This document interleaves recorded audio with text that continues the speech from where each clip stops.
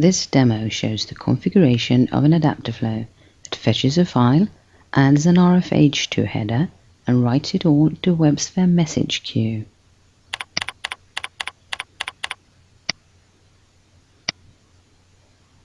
As entry point, we select a file system reader, which will scan a specified directory for incoming files. Add an activity of the type Create RFH2 header.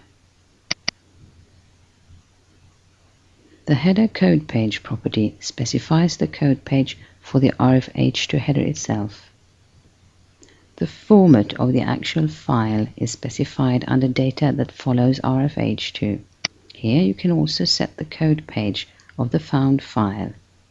If you don't know the code page of the file, you may add an activity called Detect Code Page from BOM before this activity.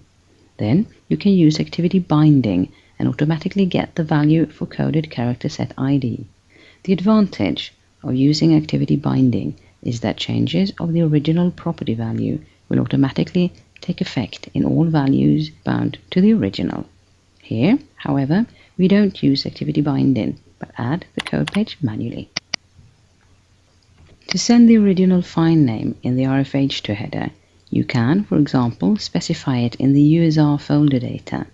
You can use activity binding, but note that you must add the USR tags manually as strings.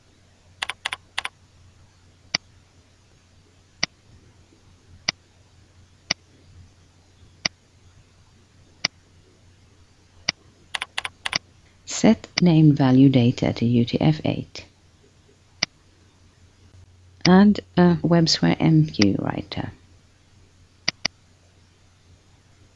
Fill in queue name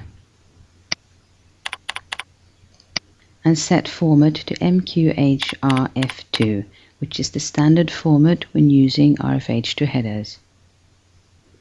Use activity binding to get the RFH2 header code page from the previous activity.